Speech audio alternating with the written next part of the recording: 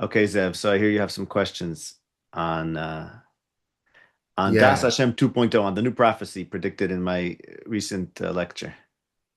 yeah.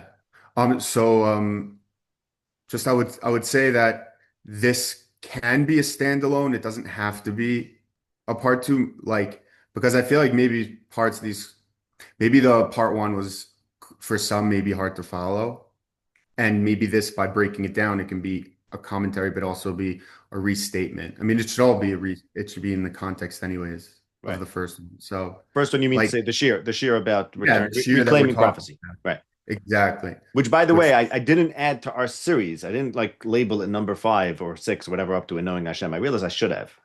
I think I'm going to label that one as part of our Knowing Hashem series, and then this will be next one. No, you or disagree? maybe season two. What? Season two.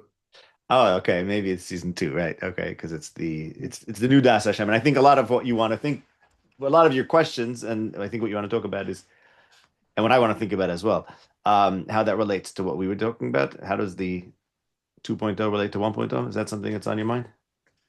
Yeah, I mean, Das Hashem and prophecy, what the difference between the two? Sure. Okay. Um, I would also, yeah, I would just ask if either I can and Rebbe can critique, or if maybe Rebbe can just give like a brief recap of the first year. I know Okay. it might be Fine. tough already, but like a meta Okay. version just to see where we're holding. Fine. So yeah. Rebbe's theory on prophecy. Okay. Fine. So in the Yitzhak. briefest, right, briefest terms, Yeah. so we had prophecy once upon a time, and we lost it, and we're supposed to get it back. And the theory is that this is going to be progress, not regress. We're not going back to a state of prophecy. Rather, it's going to be a new kind of prophecy. Or to put that differently, the reasons why we lost prophecy will have to be dealt with, enabling us to regain prophecy. And the idea was as follows: that the first prophecy, the 1,000 years from Yetzias Mitzrayim until the cessation of prophecy, involved. Actually, let me back up a bit. Let me first talk about what the prophecy always has in common, and then I'll contrast the first and the second. The essence of prophecy is familiarity with Hashem, Das Hashem. So that's shared both by, we'll call it prophecy 1.0 and prophecy 2.0, which we expect in the future or perhaps already started. What's shared by them, the tzad hashavah shebenehem, the common denominator is that they involve familiarity with Hashem. So once upon a time, people were familiar with Hashem. The way they were familiar with Hashem is because they conceived of Hashem as a good person. And they were able to conceive of Hashem as a good person despite the existence of evil, because within the world of the tzaddik gomor slash prophet, Hashem would only act in a way that comports with what good people think should happen. That's what we call tzaddik v'toivloi, the righteous man for whom everything is good. And the prophets were those who were able to construct such a world and such a history, and such a society. And that's the 1,000 years of Jewish history captured in Tanach from Yetzias Mitzrayim until the end of Nebuah. So they were able to put forth a model of Hashem whereby he's relatable because he acts like a good person would. The problem is that there's always the possibility of evil lurking in the wings. Just to say, you can make Hashem act good. If you're perfectly good, Hashem will also act good. But what if a person's not good? Then he experiences evil. If he experiences evil and yet he considers Hashem to be relatable, what that means is that he's taking not the totality of existence, which has some evil in addition to good, but he's taking a segment, a fraction of existence, and he's deifying it. That's his relatable God. That is the essence of idolatry. So hence we have the association between prophecy and idolatry, which is why the decision was made that we have to move on from that kind of paradigm, that kind of religion, we can say, where we make Hashem personal and Okay. relatable. Wait, this is a lot, yeah. I know So this is all the summary. um yeah, and it's just a lot. It's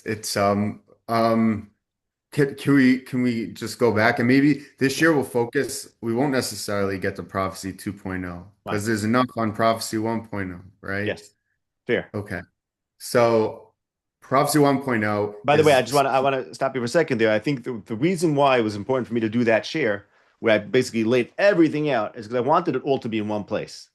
But yeah, like you're saying, each part of it can be a series of shurim on its own and should be studied and thought about on its own. I like the idea of having the whole structure formulated, explicit, clear. So if someone wants to listen from beginning to end, you could start there and then you could zone in and unpack the various aspects of it. right. So Prophecy 1.0 and understanding that well is going to allow us to understand Prophecy 2.0. That's the theory, Right. because That's we the don't thing. think So, that we're going to have a new religion, right? We think that, again, when I say we think, I mean to say what we're doing, what you and I are doing, and what Jews are trying to do is learn the Torah and see what the Torah has to teach us and to guide us for the future.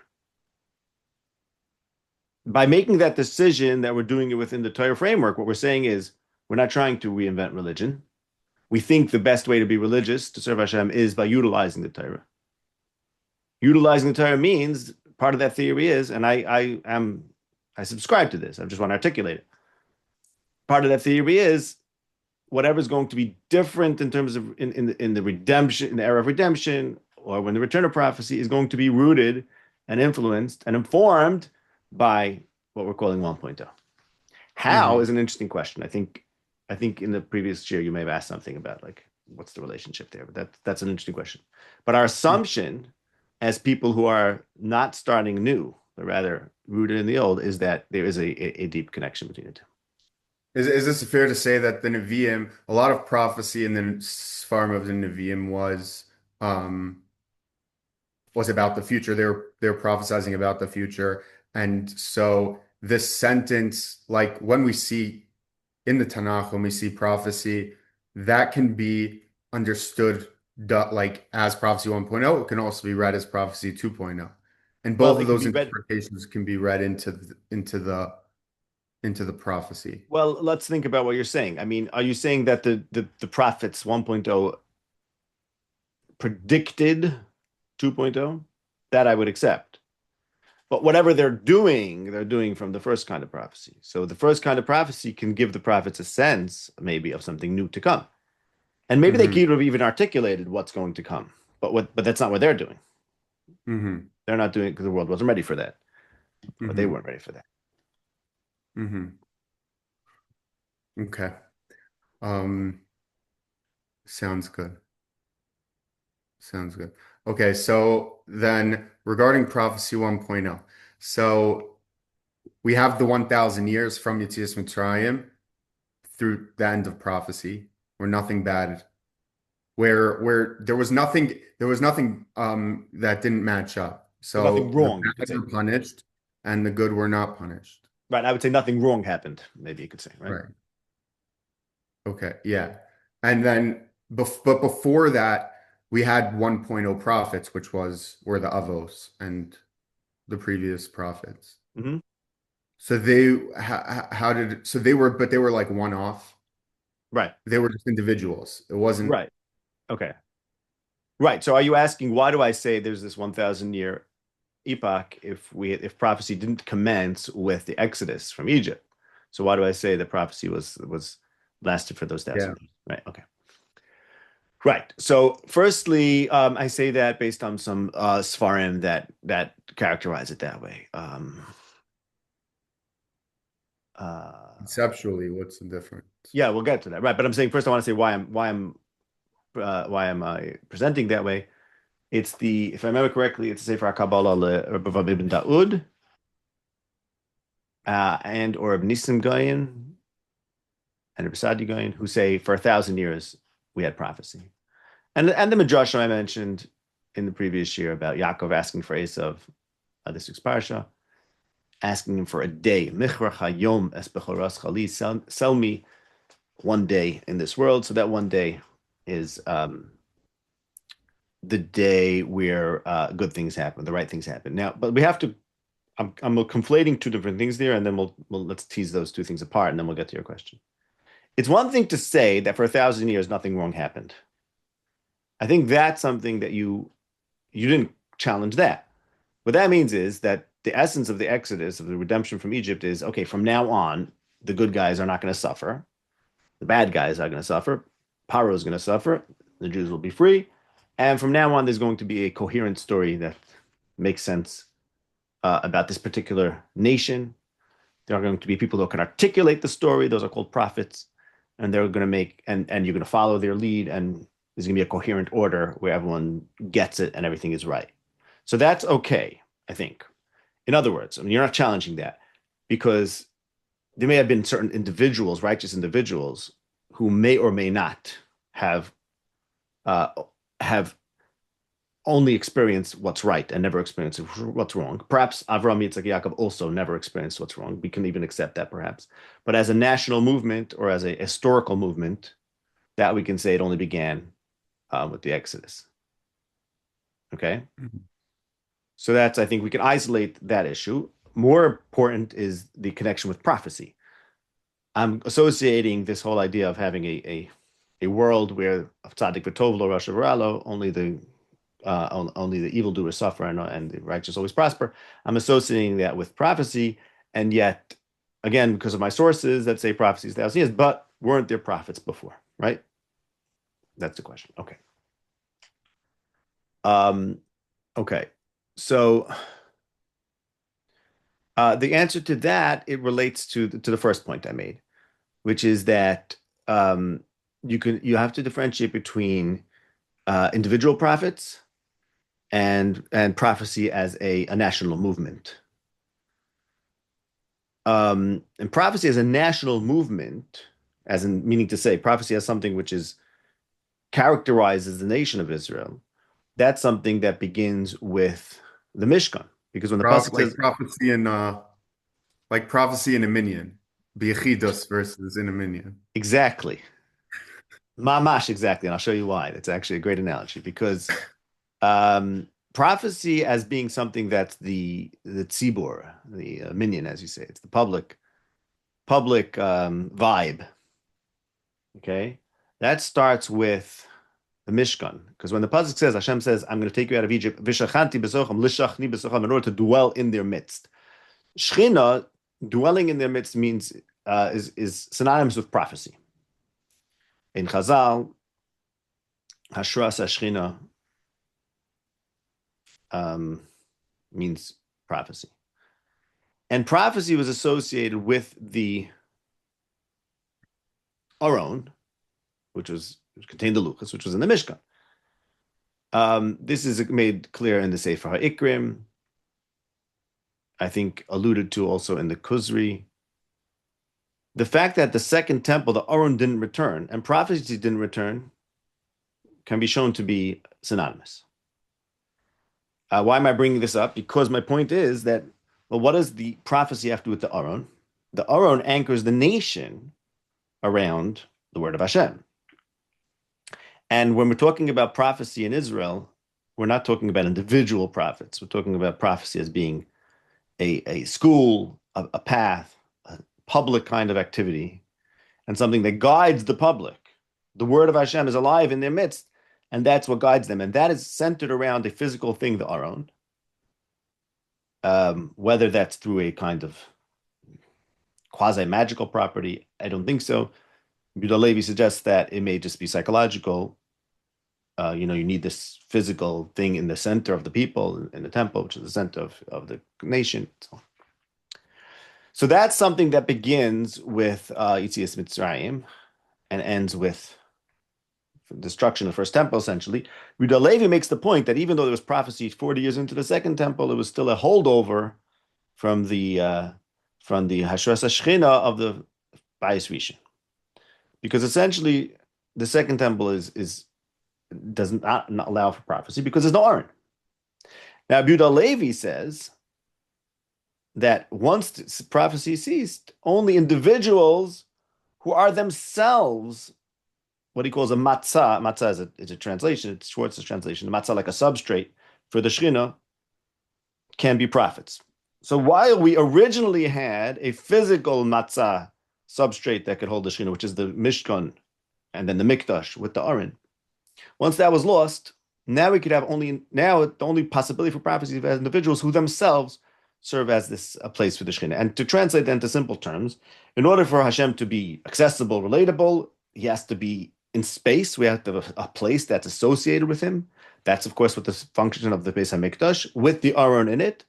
We don't have that anymore. Well, sometimes you could have a person who that person himself stands as that place, but that's a truly great person, greater than you needed to be a Navi when we still had the Aron. And that would apply still till today.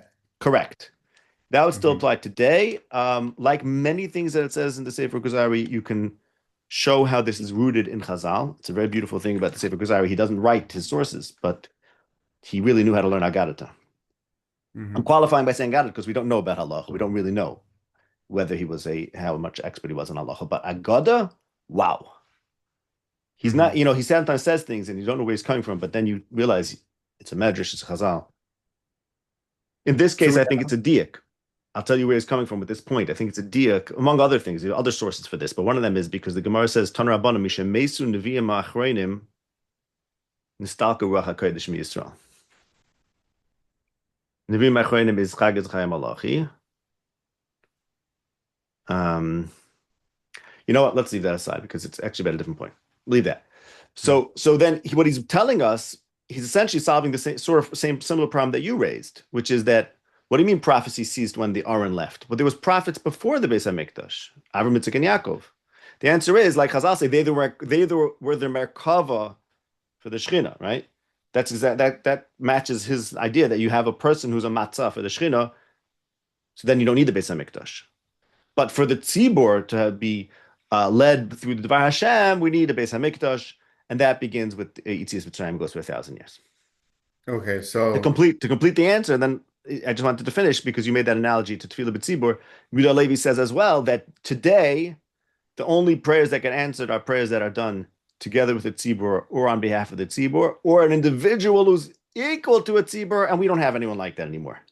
So that I think matches to this idea that like the tzibur as a whole stands for something, but sometimes you have an individual who's like the tzibur, like Avram, Yitzchak, and Yaakov, who are themselves the tzibur, but that's like, that's when. So all the yeshiva bachrim listening, say this to the mashgiach next time you get in trouble for not going up to minyan. But so we say that, okay, so nevuah is seeing the world like a person, okay, and developing a relationship with that person, and that comes from a certain, like, I guess, right, you can see whatever you see you can only see like what you yourself embody, so you have to be a pretty good person to be able to see the goodness in another person, right? Which relates to the third step. Which sounds more, I don't know, it sounds easier to explain the individual nevuah than nevuah that's rooted in a makom, in a place. The tzibor one is rooted in a place. Well, I think that the point is that for people to really, I don't know, it's like there's less self-perfection I think for sure it involves self-perfection, but I think the idea that it would be a movement and that there would be schools for it, and that it would be something that wouldn't be limited to an individual, but it'd be something that everyone was looking for and looking to interpret everything that's happening around them in light of it. That requires a kind of communal movement and a kind of spatial, anchoring, because we're a nation and we have a space, we have a country, right? Right. It needs to be external. Yeah. The real work, of course, is internal. Can tap in. Yeah, the real work is definitely internal, but for it to be something that everyone's looking for and tapping into and focused on, you need those externalities. Mm-hmm. I want to bracket that, that as I mentioned before, Yehudah HaLevi does understand these things in more of a kind of what seems like magical. He has this whole idea that the interaction of Hashem and humankind follows its own set of rules that are analogous to scientific rules, but we can't understand them. So that's more of like I said, I mean, magical has negative connotations, so I'm groping for a better word, but for lack of a better word, it's a kind of magical thing. But I don't think that's necessary. I think we can understand this on very clear-cut social and psychological terms. Mhm. Okay, and this kind of nevuah, like this tzaddik gamor type of nevuah, and so you have the individuals are tzaddikim gemurim, they're completely righteous and they see the world completely as good. And on a national level, does that change? Because everything was you switch from saying like the tzaddik, the individual, like Avram sees the world as good. But now that during the 1,000 years, kind of everything was good. We all see it as good. Like everything was good Hmm. or fine What's the in last thing you said? order. Everyone sees it as good. What?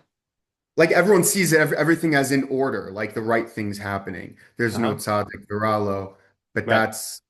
that's like so yeah. Right. So which comes first? Like you're trying to figure out whether there is actually only good or whether the tzaddik gomer is able to put that into effect. Is it that like no? I mean, I guess this is what I'm from what you're saying. This is how I would understand it. That like when it's just Avram, and when there's just individuals, so then we can see how the world looks problematic, but this one person has made kind of like unification, like unified the world, and in his eyes, everything is okay.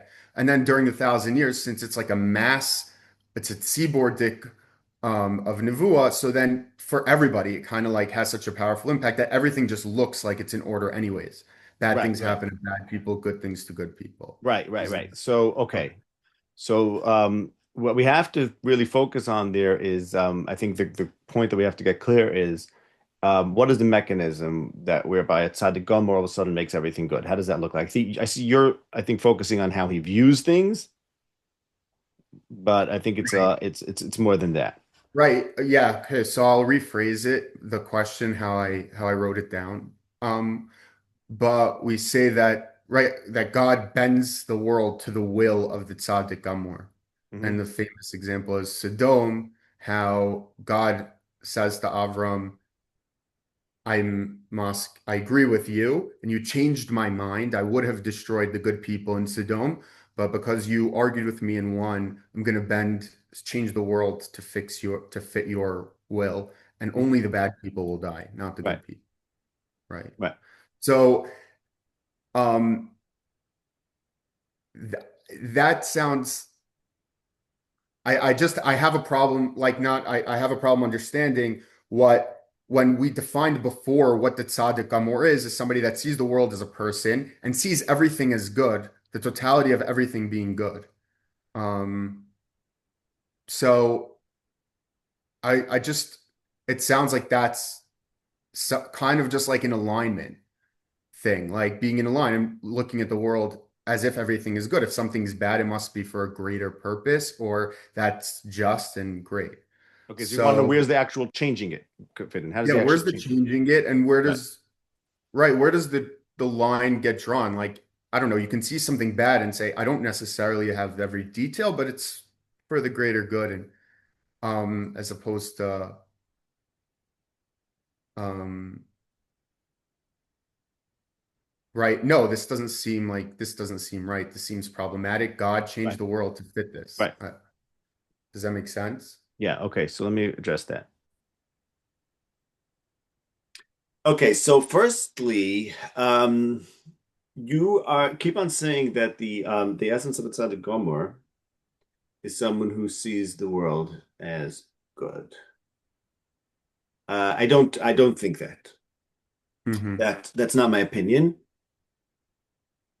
The causation, in my opinion, goes in the other direction. Tzaddik gomer is someone who is personally and eternally absolutely committed to doing what's right.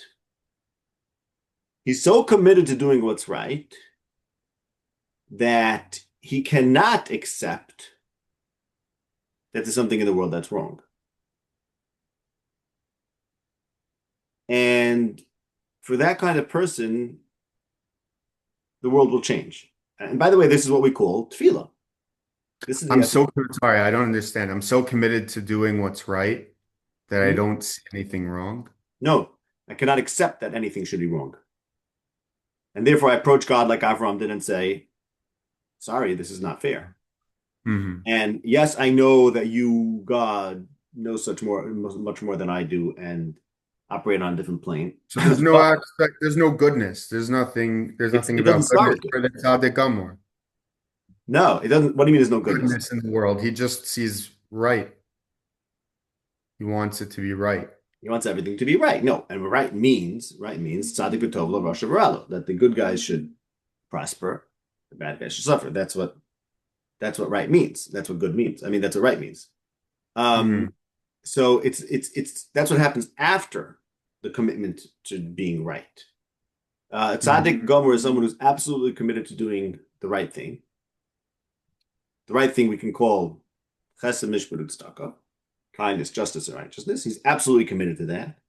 So committed to that if he senses the possibility of something immoral, he protests to God and say, "This is not acceptable to me."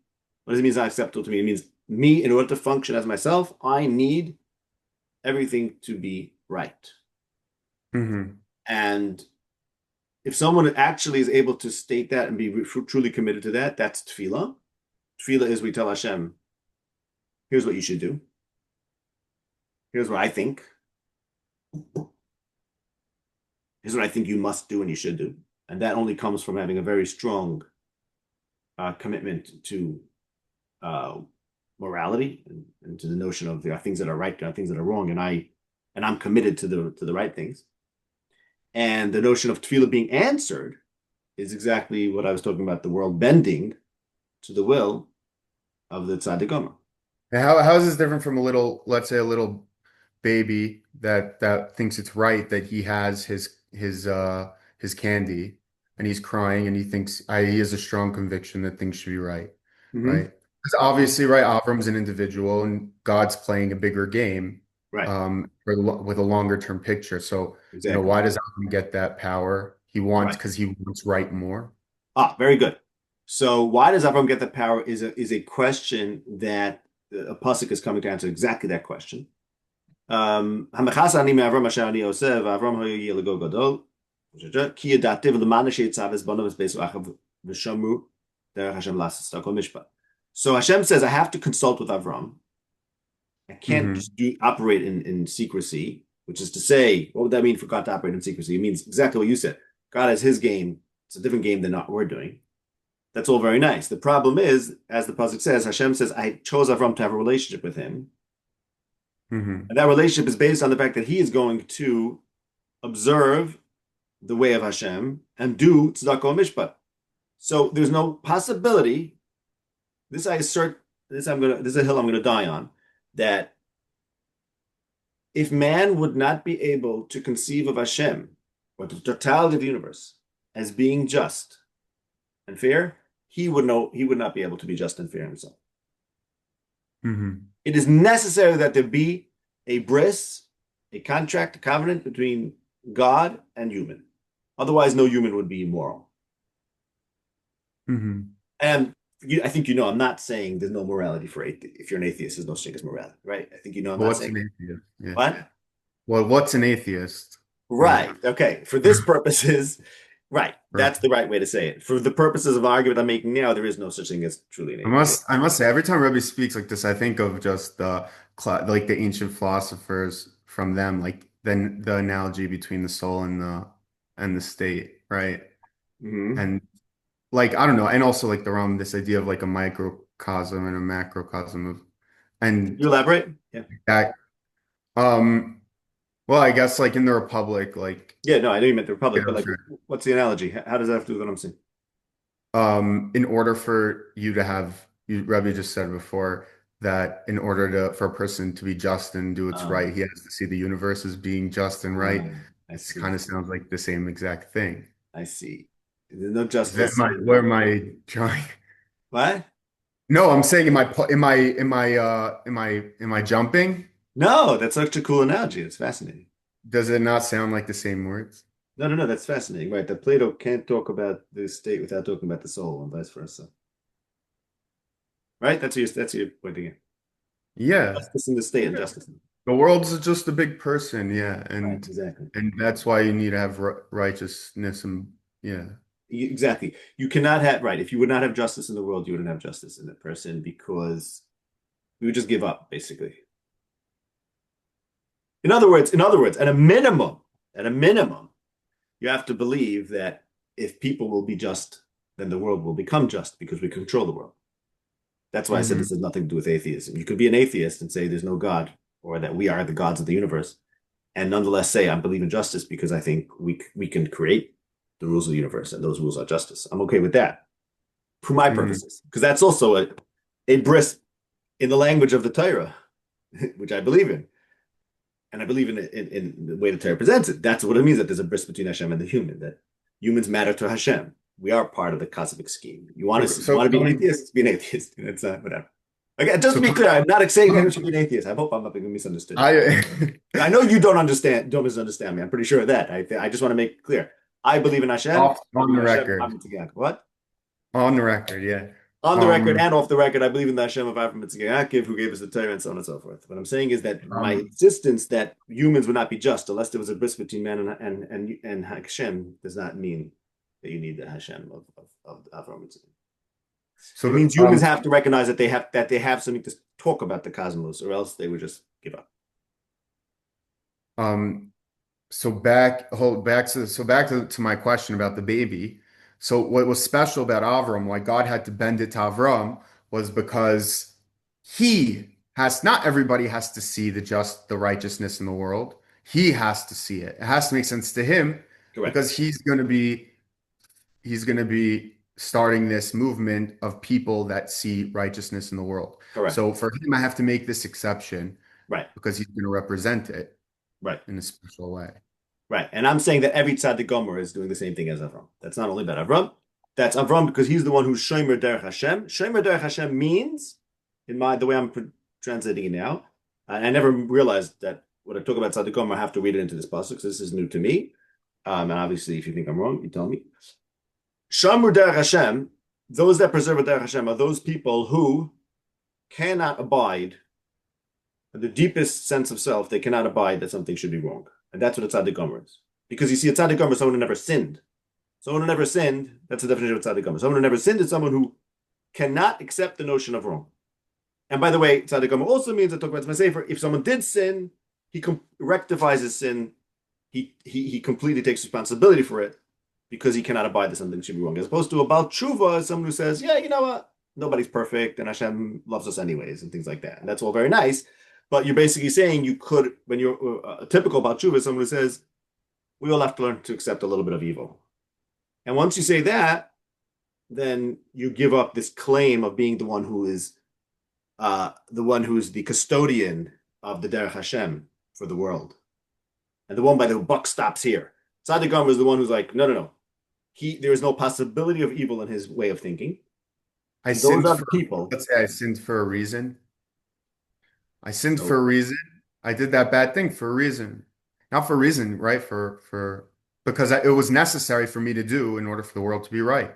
okay, so then it was the right thing to do. It was not a sin, though. I don't know what you mean. Exactly. No, I know. I did what someone else would call a sin Yeah, because okay, right. But that's different, right? I'm talking about, but if someone actually did something truly wrong, then he can no longer be the one who's shomer derech Hashem unless he really takes responsibility for what he did and rectifies it.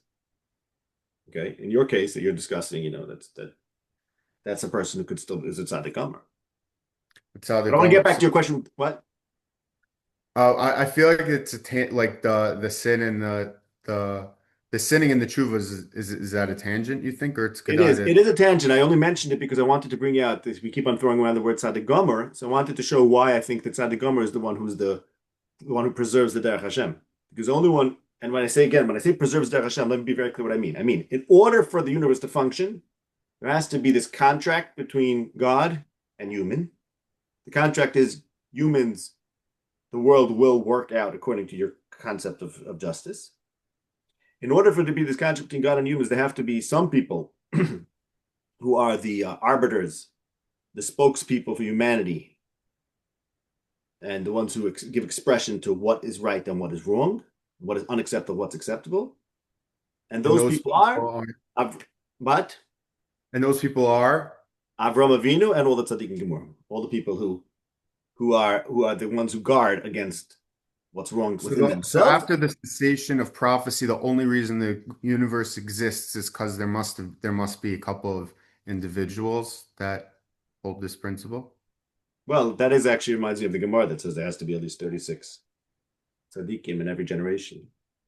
Does it say Uh-huh. tzaddikim gemurim there? Loi pachas alma milamedot tzaddikim. I don't think it says gemurim, but it might. But no, I wouldn't say that because I don't think that time is so important. Like the word tzaddik and gemurim, Avram Avinu's work is not done. We're still continuing his work, and we're still going to get back to Nevuah. I don't think you're assuming that it has to be correlate with the person at that time. I don't think that's correct.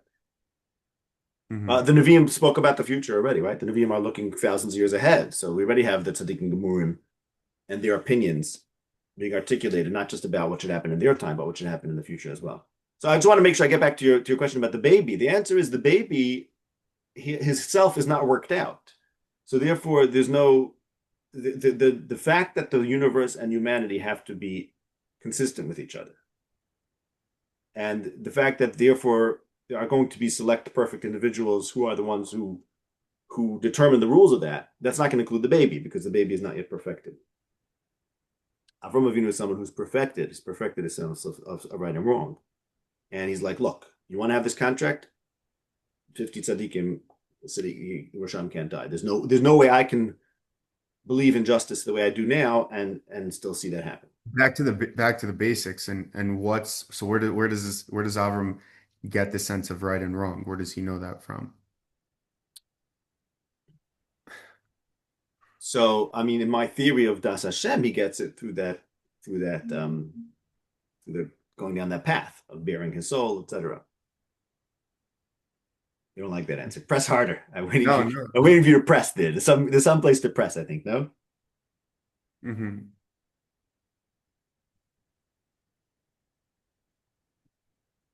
Okay.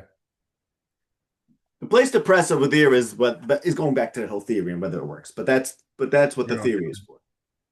It develops a sense of justice, um, and he fine tunes it so well that certain things become immutable. And in other words, most of us, obviously, we can all say, "Oh, it's not fair that people should die," whatever. That the innocent should die because of the guilty. But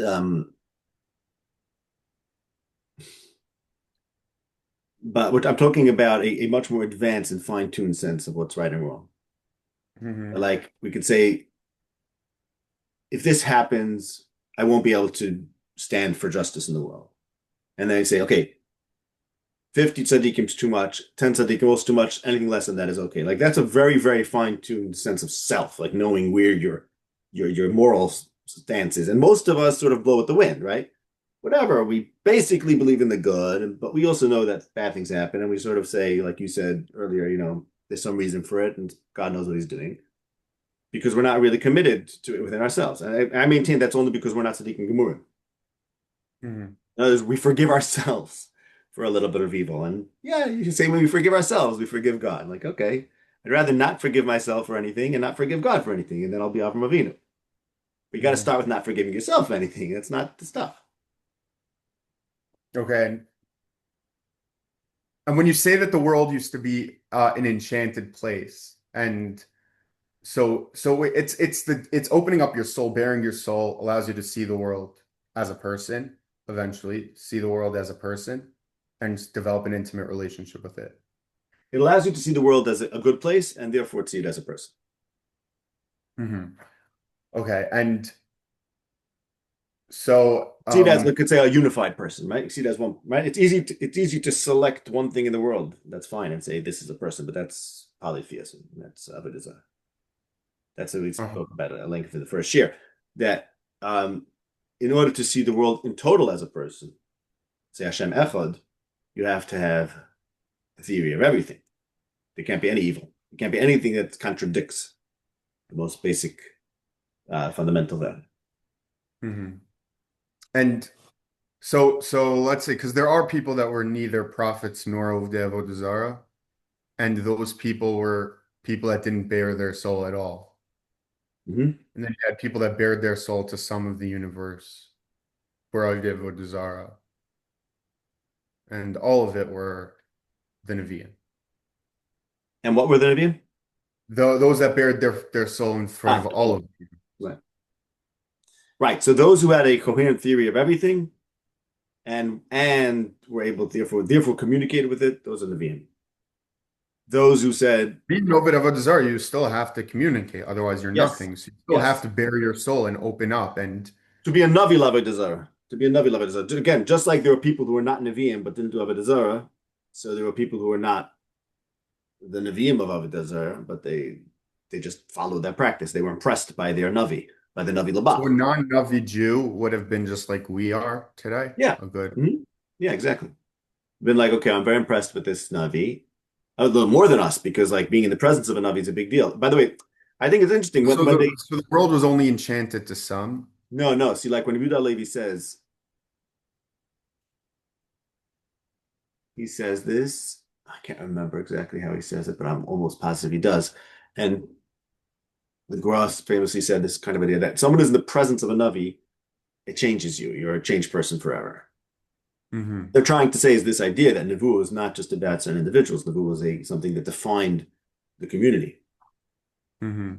So when I say like you said, okay, the non-Nevi'im, were they just like us? Yes and no. They were like us in the sense that they're not tapped into the MS, but they're doing it. They have a model to follow, but there's a lot more than it because they could consult with the Navi. The Navi's present in their lives. Prophecy is present, and that changes you. That changes things fundamentally, right? Hmm. You never know when there's going to be a message from Hashem, or if you have a the word of Hashem describing in broad strokes the history of your times and why things are happening, that's going to change you in a fundamental way, even if you're not the one who's bearing that word. I think that's something to think about, So Rabbi, in other words, to imagine what it's like. I think we just have to like really just allow ourselves to think about living, what that would be like to live in a world like that. where does perhaps we are. We'll get there. That's where if Um, we're in 2.0 already, you mean, right?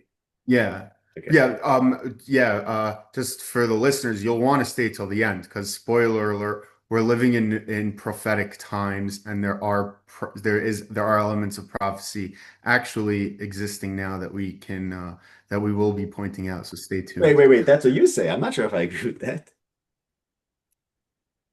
Okay. Just saying.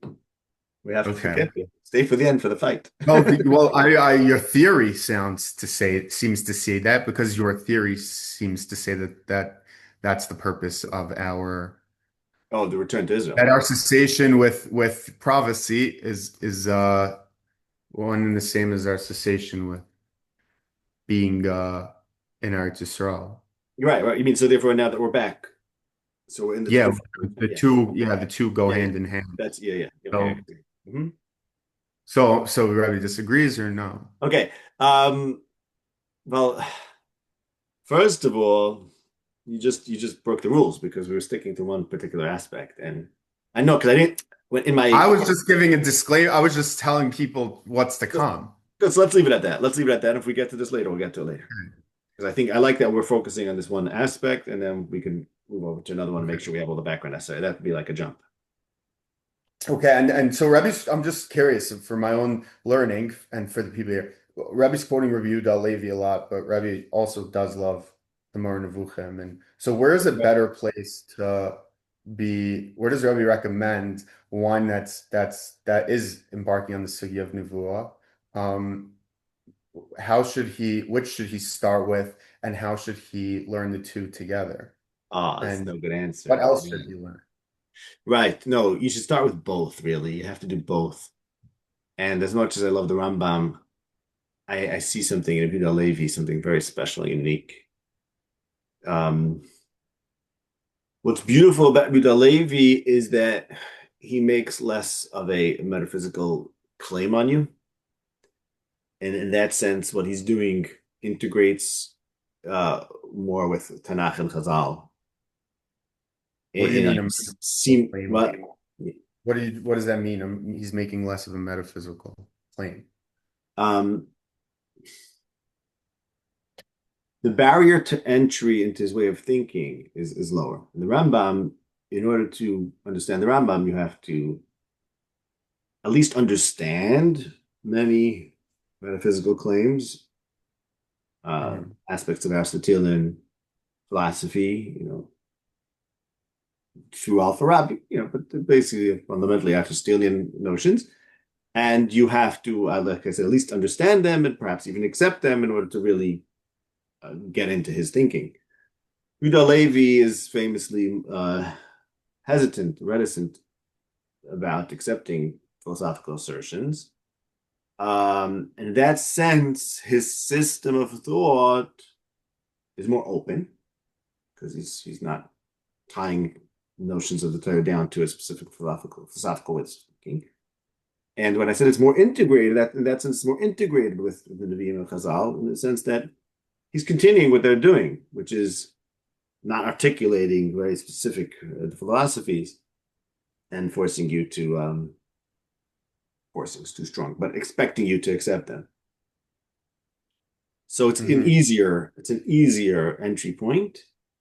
In a way, it's richer. In a way, it's richer than the Rambam because of these very points. He doesn't lock you in, but you got to learn the Rambam too. I mean, there's no one like the Rambam. Someone's interested Mhm. in Nevuah, he should study the Nevi'im mainly. Mhm. So I think you asked me if someone's interested in Nevuah, which one should he do? Really neither. I mean, both. Learn everything, but Studying the nevuas, this could be the studying the nevuas help one to understand the mechanism. um, yeah, a little bit. I mean, an example of that is the Ani Hashem is the path of Ani Hashem. You see what was on their mind, right? And what was on their mind is Hashem and His presence, and that's a big part of the mechanism, right? The mechanism is not very mechanical, Mhm. spiritual. So being able to penetrate or to have a little bit of a window into their spirit is certainly going to also tell you what the how, because the how of Really, Nebuah. if someone just right now said, well, Rabbi's saying learn the Nevi'im, but when I open it up, I just see a whole mumbo jumbo of a bunch of transliterated art scroll words that don't make any Yes, coherent sense to me. It's not a yes, poem and it's not a story and it's a mix. Yeah, so correct. how do I I know. So I was thinking of saying, like, we have to qualify. You have to learn the VM well. You have to learn them properly. And once we have to say learn the that, whole Tanakh really well yes. And also, I in know one once we night? say Tanakh, are we really saying anything? Because then does learning it well mean learn Marnavuchim and Kuzvi? Maybe. Right. There's no shortcuts, listen. Uh, Yeah, just keep doing something and doing it well. yes. Um, Yes, but I okay. think I think yeah, exactly. Keep doing something, doing it well. But look, even the Marnavuchim itself, it says he's writing is to explain Tanakh, to explain the language of Tanakh. So And so they're explaining Nevuah, let's just say they're explaining Nevuah 1.0. They're analyzing what was and explaining this is how they did it. This is how it was done. okay, so now I think you're talking about, let's say, what the Rambam's presentation of how Nevuah works. Is that what you're talking Like, about?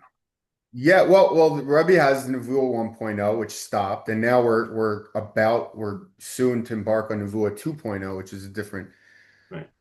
I have mechanism a for theory of Nevuah 1.0. I just want which to one correct you. do they which one do they which one are they explaining? If they're explaining Nevuah 1, Okay. so what they didn't know that Nevuah 2 would exist, or Ooh. Okay, that's a good did they question. have Okay. Rebbe's theory already, and why not? Very nice, very nice. Okay, I want to articulate your question. Very powerful question. If it's true that there are two Nevuahs, 1.0 and 2.0, how come Nevuchim, for example, that talks a lot about Nevuah, and Kuzri that also talks about Nevuah, don't talk about this idea that there's going to be a new kind of Nevuah? That's the question, right? Yeah, is that essentially what you're asking? Yeah. I don't have an answer. I Oh, don't know. it's possible. It could be that they didn't know. Like they weren't, if they Could knew be. how Nevuah would work. That could be. I don't know. I don't know. That's obviously a possibility. This question. Um, I What guess we about would try to figure out a theory of why. What? The Rambam wrote the guide. If they wrote the guidelines for how to be, you wonder, whoa, so why weren't you in the Navi? You know how it was done. You claim to know how it was done, so why aren't you one? Okay, we can talk about that. Why the Rambam wasn't a Navi if he wasn't? There's reasons for that. I mean, even according to the Rambam, there are reasons for that, which Right. are that Hashem could withhold nevuah. This Shibud Malchus is a problem, a major Mhm. problem. But in terms of the theory of how nevuah is supposed to happen, if there's something interesting about how nevuah is supposed to return, it's not obvious why they wouldn't know that just because they were not living in the time that we are. There doesn't seem to be an obvious connection there. So I don't have a good answer to that question. Mhm. But nevertheless, that's the best way to understand Nevuah 2.0 is to see the mechanisms and to see all the literature in 1.0. Ah, In terms, okay, that's your question. Now I see what you're getting at. Okay. Um, okay, so I think in order to approach that, we have to really, what we have to do is like this. We have to now talk about 2.0. I don't know if we're going to do it now, but this would be the path. We would have to articulate what's 2.0, and then we have to focus on that question of how does 2.0, how is it influenced by 1.0? but why is Rebbe doing like that? Like, why explain 1.0, then 2.0, and then explain, go backward? Why not discuss 1.0 and then naturally build off of that into 2.0? Oh, okay, we could do that, but it's the same thing. That's just putting the question, that's just answering the question before I present it. I can do that. We can do it. Is that not clearly like easier to follow? It might be, but the thing is that I think there is a little bit of a weak point for me between how the round one leads to round two. Right. I Um, kind of I kind of wasn't so sure after the shear. I didn't right, have a good grasp of right, it. right, right. I'll tell you. So that's why I would like to. That's why I don't want to. I don't want to predicate the new nevuah on how it comes from the old one because I actually that's a little bit of a weak idea to me. So I don't want the strength of the idea of the new nevuah to rest on the strength of that link. See, that's Mhm. why I say let's. I could talk about the new nevuah, and then you could talk about well, why do we need the old one for then? And I could have some theories about that, but I don't want to build it on that because it's not. You're 100% right. If I knew exactly how the new one would develop from the old one, then we could just go linear and say, here, the old one, yeah, we still have this, but we lost that. We're finding in this in such and such a way, but I can't really do that. Mhm. And is Nevuah 1.0 according to is this a different kind of Nevuah? Would it still be possible for somebody to do 1.0 in 2025? So, okay, so I think I have to briefly state the change here, right? Because if we're making sure that everyone knows what we're talking about. Um, In my summary of the shir, we only focused on 1.0. yeah. Yeah. Well, can we use that as a change? I guess that I was gonna say, can we say, well, can you do 1.0 now? And Okay, then from that answer will come, or is right, that right. Okay, fine. We can do that. or We is can talk about that. Yeah. No, that I think violating the rule of just doing two and then working right. back? Okay, got it. No, I think that one. So let me just address that question. I don't think it would be possible for someone to do 1.0 now effectively. I don't think so. Why not? So let's see. And Um, 1.0, sorry, that yeah, includes the Das Hashem method. That includes bearing one's soul. When Rebbe says that won't work, that's what right. Rebbe. Right. What we're saying is that even if someone will do all the methods, be a tzaddik gover through the path of Das Hashem, and therefore know what should be out there, and therefore daven to Hashem, and therefore bend all the reality to you. Okay. So the argument is you still won't have a kind of reality that is all good or all right. Like we said before, it's not all good. It's bad. It's evil. It's bad for the evildoers, but it's good for the righteous. So it's all right. You still won't have the kind of reality that's all right that would enable a communication, an intimacy, and therefore communication with Hashem. That's the theory, right? That's what I'm asserting. Nachon? To be clear about that. Now, Yeah, I think, wait, hold on. I would say part of me now is saying now that there's no such thing, it's useless. mhm. There's no such thing as there's no such thing as bending reality anymore to your notion of what's right, because it's already out there. Like it's already clear. What's already And out there?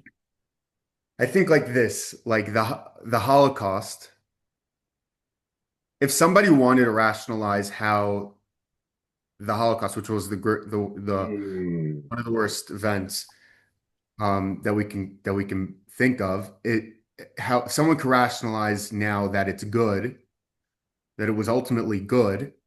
Um, so I think that that's not difficult, and not only is it not difficult, there is a whole country, there's a whole ideology and built on the fact that it was inevitably that it was necessary and part of a greater plan toward the creation of the state or whatever you're going at. So if you can do that to the Holocaust only so long ago, so like it's almost like everything else is a joke to make sense and to rationalize how it fits in and is all good. So that's why I wonder if bending the reality to you is to your sense of goodness, it's not even like a chiddush anymore. Does that make sense? Whoa. I disagree. It makes sense, but I just disagree because I think there are plenty of things happening that are not good according to any human measure. If the Holocaust only so long ago can be rationalized as good, so go. So then what's more difficult than that? The Holocaust. If so many people can rationalize that. Who rationalized the Holocaust? I don't know what you're talking The about. state of Israel, there's definitely a school of thought amongst the Zionists that the Holocaust was in service and necessary, right? The state of Israel wouldn't have been founded if not for the Holocaust. Okay, but And I don't know. That but for rationalized. you to see it like that, that's not an God argument. couldn't figure out a better way to do it. Come on, that's silly. What? God couldn't figure out a better way to do it. Like it doesn't, it's still But not he fair. did it. He did it, and you didn't. So No, yeah, I know, but it still doesn't make it fair. If we're yeah. trying to Why say, is that's what it took, right? I mean, the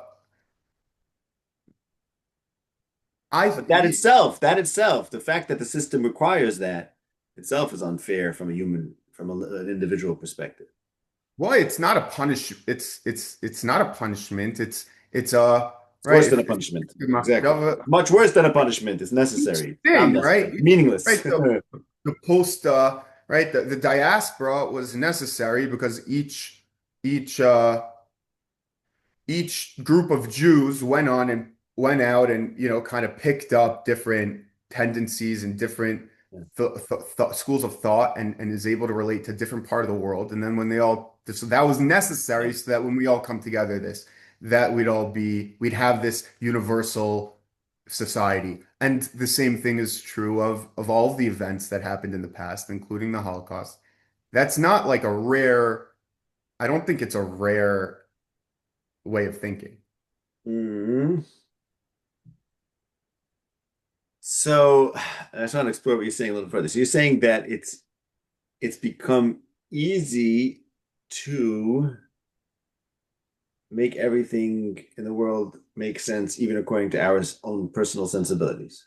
Yeah, because we have such a universal So outlook on the optimistic. world. I mean, So you're saying on because my universal life. laptop, Right.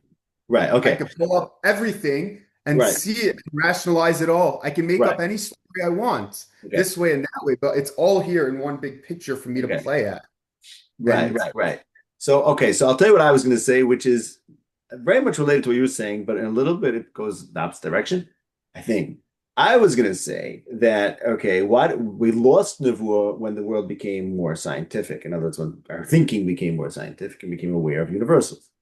In other words, we became aware of the fact that things in the world follow the laws of science, and therefore it's very hard to read into them personhood in the old sense.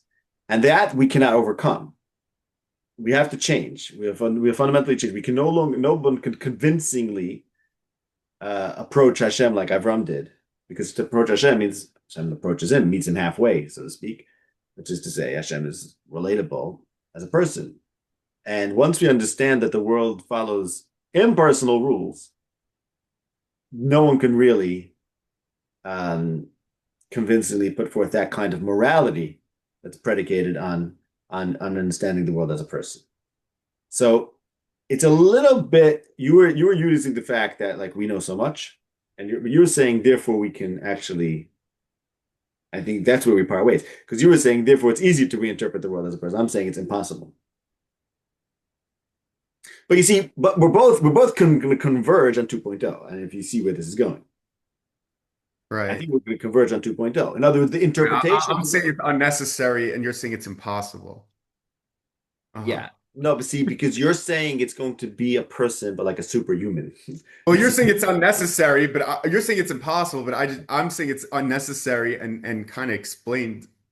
I know, but I think what you're describing is what I talked about as Niveau 2.0. Because you're saying is that our conception of a person has become so much more complex and so much more universalized. My conception of the story of humanity. Yeah, but even because your That's sense not of scientific. it is. It's that you're no longer looking for something. Well, I mean, you're not looking for the good to be present in a localized sense. You're much more broad-minded, like God is. Okay. Can Okay. we I have to. can we come can we pause for a second? Yeah, sure. Am I misunderstanding? Right. So let me state why I think. Let me try to state clearly why I think it cannot be done, even if someone tries, and you tell me where you think I'm wrong. Here's how I see it. Remember, I said before that the essence of the tzaddik gomer is someone who he is so committed to what he knows to be right that he cannot abide that anything should be different. The problem is we're too smart for that, in my opinion. Meaning to say, even someone who is utterly committed to morality of tzedakah and mishpat is going to accept the tzedek and the mishpat of impersonal scientific laws. Because science has succeeded in shaping the way we think, and because, like the Rambam's smart people, philosophers, the Rambam encourages people to become like them and to recognize that scientific laws in and of themselves are the Hashem's tzedek mishpat. It is righteous and just that Hashem made a world that follows science, impersonal science, and that things happen in the world that people wouldn't do. And that has become something that the more you understand science, the more you're accepting of that, even while you're a just and good person. So therefore, you're necessarily forced to a different conception of Hashem, instead of bringing him down to the level of what I would do. Because I don't just follow scientific laws. I follow the way I interact with my friends is I do chesed tzedakah mishpat. The way Hashem You interacts with said the world is the way that I develop a sense of right and wrong is by bearing my soul in front of the universe. So now that my understanding of the universe has expanded or has become like a scientific view, so then I'm bearing my soul in front of that. So just my sense of what's good and bad just shifts with my understanding of the world. And then right, once exactly. that I do have that, now I reflect that back. It's the same reflection, it's just a different sense of what's good and bad because it's just a Right. different So this gets to something you were asking, right? This is something that was on your mind, like science. Is science identical with the 2.0? I think right, you asked something like that. Is scientific I thinking? don't know. My question now, like, so I Yeah. can't bear my soul in front of a universe I understand differently. Right, I'm right, bearing right. No, so the answer my is, soul of that. course, you can. Right. No, so the answer is, of course, you can. But here's the thing. The way Hashem is going to be good, relatable, is not because he's going to do only what you, as a moral person, believe in, but rather he's going to do you as a piece of science believe in. Meaning, so that's the thing. I don't think we're disagreeing with each other. The sense Right. of self, it's this very sense of self is going to shift with the expansion of your mind to accepting that science is moral. When Avram Avinu says you cannot destroy Sodom if there's 50 tzaddikim, he's basically saying science is immoral. Because there was going to be an earthquake or whatever is going to happen to Sodom, a comet's going to hit it, and Nusham are going to, and tzaddikim are going to die. And I was like, science is immoral. Like, no. The more you embrace science as being a good feature of the world, the less you're And going this is great. Like if you understand Sodom, right, the story of Sodom in a rational way, that they were behaving in a way that was not that destroyed their own society. Okay. Right. So it was scientific. I mean, the world has always been scientific, right? Like it Yeah, I all mean, makes I don't think that sense. I don't think the immoral behavior directly led to whatever the comment or whatever it was that So what destroyed did? them. So what did? What led to the comet? Yeah. Newton's gravitational pull, probably. It wasn't their behavior. No, that's why it was morally fair. But Avram says it's not. From God's perspective, it was okay. There's a little bit of Hey, I confusion. understand. Yeah, there's some confusion. I mean, this right. You get it. Okay. So Right. So I don't think we're saying something different. What I'm saying is that the kind of expectation that Avram has and that Tzaddikim will have, but that for the world to be good, it has to act like me, an individual person would act. That changes once we expand our sense of self in line with our expanded understanding of the nature of reality. The nature of reality, when I'm talking about the expanded understanding of reality, that's I'm talking about and the then science. nothing's ever not, but it sounds almost too easy. Like it sounds too easy in the fact that like it's too easy to align. Like Yeah, I don't know, I embrace the laws of science and physics, and yeah, everyone does that, and then right. everything's just scientific and it all Yeah, works. yeah, Everything's right. Right. so. I mean, yeah, How so do I I'm become a new? maintaining, yeah, so I'm maintaining that there's a tension between that, and maybe I'm wrong, and if it's very easy and great, but I'm maintaining that no, it's easy to talk about it, like we're having a conversation about it. That's easy to do. But it's not easy to integrate this way of thinking with also living as a human being and as a body that's limited and attracted to bodily matters. I'm saying using bodily like in the Maimonidean sense, like the body is not scientific, it's material. It's not a law. And there's a tension between our bodies and our souls. And the way we're expressing now is a tension between this notion that like, oh, we are just science and we're just science is everything. Because there's also the body, and the body is not a law of science. And so in order to really overcome this tension, we have to learn to shift over our sense of self. And I would add also, as we've been discussing, this is not just about individuals. This is going to be a movement. Mhm. So, maybe you understand this. I understand this. Okay, great. So let's make a movement out of this. It could be easy for us. That's okay.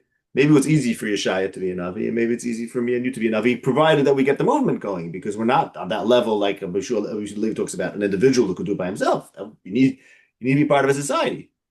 So you're saying it's easy. Okay, yeah, but I don't see society living in this way. No, I understand. Also, it's easy to say I believe in science and everything's scientific, and to actually study science and see the science around you, and that's very hard Right, to know. right, It's right, right, right, right, exactly. It's easy to pay but lip service. So Rebbe's saying that we still have a body at the end of the day with bodily Interests. urges, Yeah, right? Right. yeah. So, and I had this thought at the end of Rebbe's shir is that so let's say we take Nevuah 2.0, so we have that higher level of thinking, a scientific way of thinking, and that's Mhm. Nevuah 2.0. And then we do have but doesn't it get it? It doesn't ignore the body, and the body's still not scientific. And Right. So no, it does ignore the body. That's the thing. It does both. ignore the body. I need both. So I was thinking I need both. I need the to fall in love with the universe and bear my body in front of all of Mhm. humanity and to live Yeah. like my body should be Navi 1.0 and my Yeah. soul should be Navi 2.0. I should have Okay, both. I'm that's not. interesting. I don't think we can be schizophrenic in that way. I think we only have one sense of self. Well, I don't think it's that's tough. But possible. I mean, well, the way Rabbi explained it before is that you do lose a sense of self, but like at the end of the day, there's You something lose a here. sense of self in 2.0, you gain a new sense of self. You gain a new sense of self. And Mhm. that's I don't think it's possible to just flip back and forth from these two. modes. Hmm. And Hmm. like I said, I don't even think it's possible to get back the first one because we know that the body's a joke because the body Hmm. isn't emotions, imagination, because we become So scientific. no apologies. Where you're basically throwing the body aside and just run with 2.0 and ignore the body. Yeah, but you have to remember, what's the result of scientific laws? Bodies. That's like when someone asking me, like, yeah, like why in 2.0, like why would there be bodies, right? It's like, what do you mean? Because that's the that's the manifestation of all science is things. So we're going Right. to be very into the body because we are the malach, like we're the operating system, right?